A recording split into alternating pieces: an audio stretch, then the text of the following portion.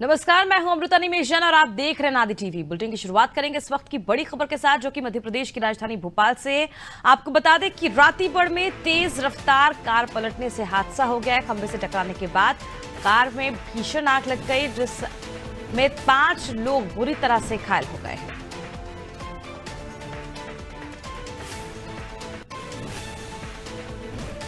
इस वक्त की बड़ी खबर आपको बता रहे हैं। रातीबड़ से जहां तेज रफ्तार कार पलटने से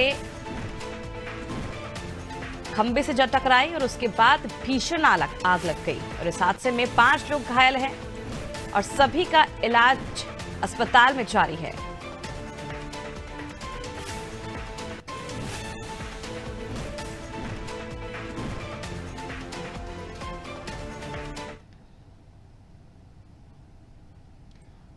तस्वीरें आपको दिखा रहे हैं। देखिए किस तरह से भोपाल के रातीबड़ में तेज रफ्तार कार पलट गई और इस कार के पलटते ही खंबे से टकराने के बाद इसमें भीषण आग लग गई। और देखिए तस्वीरें आपको हम दिखा रहे हैं और इस हादसे में 5 लोग बुरी तरह से घायल हो गए, जिन्हें तत्काल अस्पताल में भर्ती कराया गया, जहां इनका फिलहाल इलाज जारी है।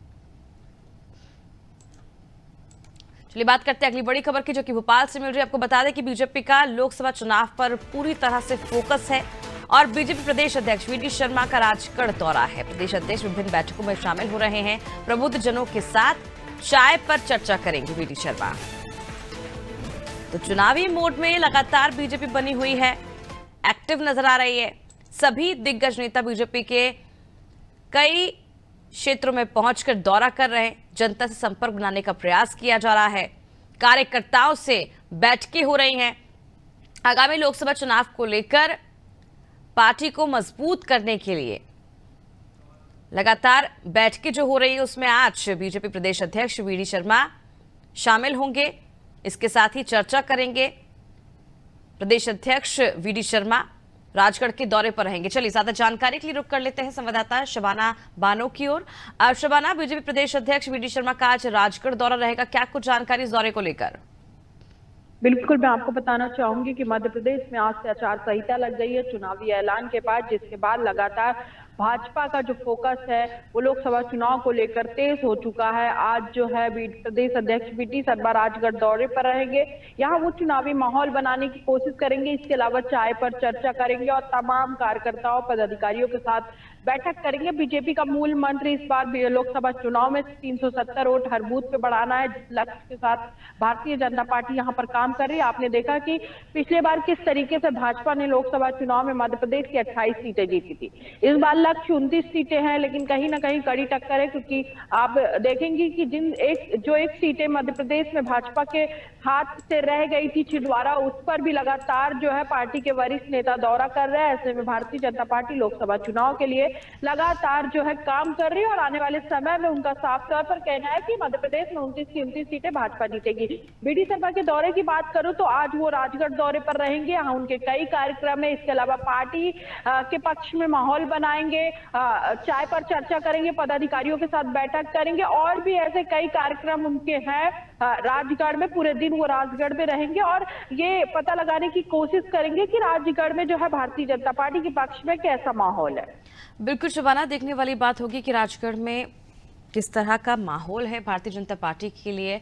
लेकिन अगर दूसरी तरफ देखा जाए तो कांग्रेस भी दावा करे कि इस बार 13 से 15 सीटें जो है वो कांग्रेस जीतने वाली है, क्योंकि विधानसभा में कई लोकसभा सीटों में जो बढ़त है वो कांग्रेस को देखने को मिली है। ऐसे में सवाल ये भी 29 सीटें जीतने का दावा बीजेपी की ओर से किया जा रहा है। लेकिन क्या वाकई छिंदवाड़ा सीट की अगर हम बात करें तो छिंदवाड़ा सीट वाकई आसान होगी बंटी साहू, जो कि 2 बार हार का सामना कर चुके हैं?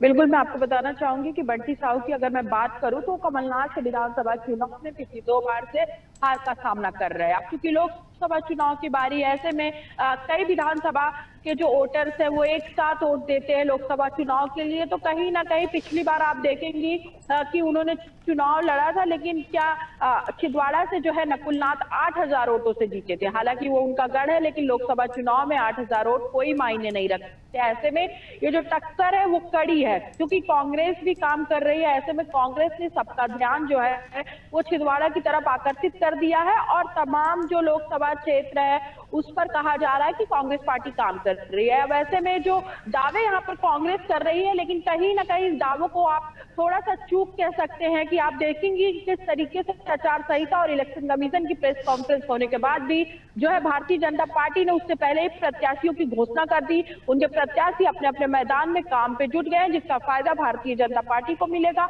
वहीं दूसरी तरफ अभी तक कांग्रेस की लिस्ट जारी नहीं हुई है, मात्र 10 नामों का लिस्ट मध्य प्रदेश में आया है। बताया जा रहा है 18 से 19 नामों का लिस्ट जो है कल या परसों शाम तक आ सकता है, लेकिन कहीं ना कहीं लेट लतीफी की वजह से जो प्रत्याशी है वो लगातार जो है अपने क्षेत्र में दौरा नहीं कर पा रहे, क्योंकि अभी भी उनको कंफ्यूजन है कि किसको जो है टिकट दिया जाएगा, जिसके हिसाब से तैयारी होगी। मात्र कुछ महीनों का ही समय बचा, तो ऐसे में कहीं ना कहीं कांग्रेस पार्टी थोड़ा सा पिछड़ रही है। अगर 10 से 12 सीटें जीतने का दावा करने वाली कांग्रेस पार्टी पिछले लोकसभा चुनाव को देखे तो एकमात्र सीट जीती थी। ऐसे में इस बार कई नामों का बदलाव किया गया है, कई युवाओं को मौका दिया गया है। तो देखने वाली बात होगी, अगर मध्य प्रदेश के लोग युवाओं से प्रभावित होते तो कहीं ना कहीं कांग्रेस पार्टी को जो है यहाँ पर सीट बढ़ती हुई नजर आएगी, लेकिन इसके लिए इंतजार करना पड़ेगा 4 जून का। बिल्कुल शिबाना, 4 जून का इंतजार करना पड़ेगा। लेकिन जिस तरह से बड़ी संख्या में कई जिलों से जो कांग्रेस का कार्यकर्ता हैं, नेता हैं, बड़ी संख्या में भाजपा ज्वाइन कर रहे हैं, ऐसे में कहीं ना कहीं बीजेपी के लिए एक बड़ी चुनौती है दोनों के बीच समन्वय बिठाना, क्योंकि जो बाहरी नेता लगातार बीजेपी ज्वाइन कर रहे हैं और उसके बाद जो टिकट बंटवारे हुए हैं, कहीं ना कहीं बीजेपी के लिए भी आने वाले दिनों में चुनौती कम नहीं होगी। बिल्कुल, मैं आपको बताना चाहूंगी कि कल सीधी से ही अजय प्रताप सिंह ने भाजपा से जो है सदस्यता जो है वापस ले ली है, उन्होंने पार्टी छोड़ दिया है। तो आप देखेंगे कि इस तरीके से सीधी लोकसभा चुनाव में प्रत्याशियों के ऐलान के बाद जो है यहाँ पर मनमुटाव भाजपा में भी देखने को मिला। कहीं ना कहीं भाजपा में भी जो है आपसी गुटबाजी अंदर है, लेकिन इस बात को भाजपा ओपन नहीं करती है।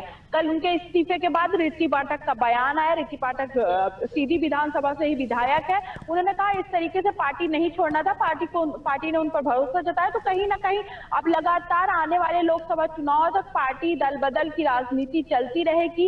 इसका असर जाहिर सी बात है आम चुनाव पर पड़ता ही है।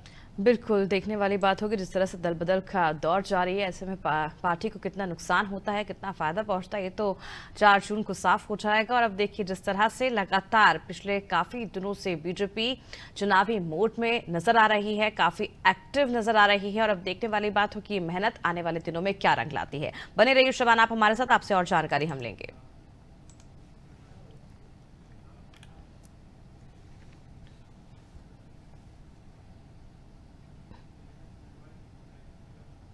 चलिए बात कर लेते हैं मध्य प्रदेश के मौसम के बारे में, जहां 4 दिनों तक मौसम में बदलाव देखने को मिल सकता है। अलग अलग स्थानों पर मौसम प्रणालियां बदलेंगी। भोपाल समेत 25 जिलों में ओलावृष्टि को लेकर अलर्ट जारी कर दिया गया है। ढिंढोरी, छिंदवाड़ा, मंडला में ओले गिर सकते हैं। चलिए ज्यादा जानकारी के लिए रुख करते हैं संवाददाता शबाना बानो की ओर। शबाना, जिस तरह से अब जानकारी मिल रही मौसम वैज्ञानिकों की ओर से कि 4 दिनों तक मौसम बिगड़ा रहेगा, क्या कुछ जानकारी, क्या कुछ हिदायत दी जा रही है लोगों को स्वास्थ्य के प्रति? जी बिल्कुल, आपको बताना चाहूंगी कि मध्य प्रदेश में लगातार मौसम में परिवर्तन देखने को मिल रहा है। पिछले 2 दिन पहले देखेंगे तो खासकर राजधानी भोपाल में पारा 35 डिग्री के पार पहुंच गया था, यानी गर्मी लगने लगी थी। लेकिन अब फिर से मध्य प्रदेश में मौसम बदलने वाला है। कई जगह पे मौसम का अलर्ट जारी किया है, ओला और बारिश का अलर्ट जारी किया। तो ऐसे में देखने को मिलेगा खासकर किसानों को खास प्रभाव पड़ेगा, जिसको लेकर यहाँ पर सरकार लगातार काम कर रही है। मुख्यमंत्री ने निर्देश भी दे दिया कि किसी भी किसान को अगर समस्या है तो उनको राहत देने का काम वहाँ के अधिकारी और तमाम नेता जो भारतीय जनता पार्टी के वो करे। अब ऐसे में दूसरी ओर स्वास्थ्य पर भी प्रभाव पड़ता है, क्योंकि लगातार आप देखेंगे कि 1-2 दिन में गर्मी और फिर लगातार मौसम बदलता ठंड की ओर जाता है। तो कहीं ना कहीं लोगों के स्वास्थ्य पर भी प्रभाव पड़ता है, जिसको लेकर राजधानी भोपाल की बात करूं तो मौसम जो है स्वास्थ्य विभाग अलर्ट है। लगातार वायरल फीवर को लेकर या तमाम मौसमी बीमारी को लेकर यहाँ पर काम कर रहा है। और स्वास्थ्य में परिवर्तन मौसम के साथ होता ही है। तो ऐसे में गर्मी, फिर अचानक से सर्दी का दौर, फिर बारिश का दौर आ जाने से लगातार मौसम में जो है सेहत के साथ जो है एक प्रभाव पड़ता है और उस प्रभाव को लेकर लोग परेशान होते हैं, जिसकी वजह से अस्पताल में लंबे लंबे कतारें लगती हैं। तो कहीं ना कहीं मौसम विभाग ने तो अलर्ट जारी किया है, लेकिन लोगों को भी अलर्ट रहने की जरूरत है बदलते मौसम के साथ। बिल्कुल, स्वास्थ्य विभाग ने अलर्ट जारी किया है, लेकिन साथ ही साथ लोगों को भी सतर्कता बरतने की बेहद जरूरत है। लेकिन शबाना, अगर हम बात करें किसानों की, क्योंकि ओलावृष्टि को लेकर भी यहाँ पर कह दिया गया है मौसम वैज्ञानिकों की ओर से, क्या कुछ तैयारियां जो है वो किसान कर रहे हैं?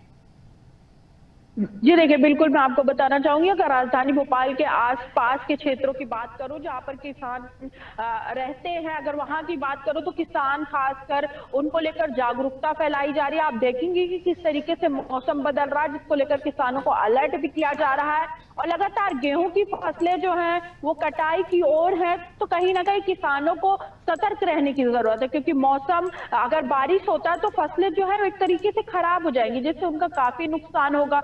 अब ऐसे में उनको सतर्क रहने की तो जरूरत ही है, क्योंकि फसलें खड़ी हो चुकी है और किसानों को परेशान होने से पूरे मध्य प्रदेश में जो है अर्थव्यवस्था भी खास प्रभाव पड़ता है। तो ऐसे में किसानों के लिए सरकार जो है जागरूकता तो फैला ही रही है। इसके अलावा स्थानीय जो उनके नेता हैं और पार्टी के कार्यकर्ता हैं और तमाम जो प्रशासनिक अधिकारी है उस विभाग से जुड़े हुए उनको अलर्ट भी कर रही है कि किसानों का साथ दे, ताकि आने वाले समय में जो है किसानों को थोड़ा राहत दिया जाए, क्योंकि मौसम जो है वो लगातार परिवर्तित हो रहा है और बारिश से किसानों की फसलें खराब हो सकती हैं।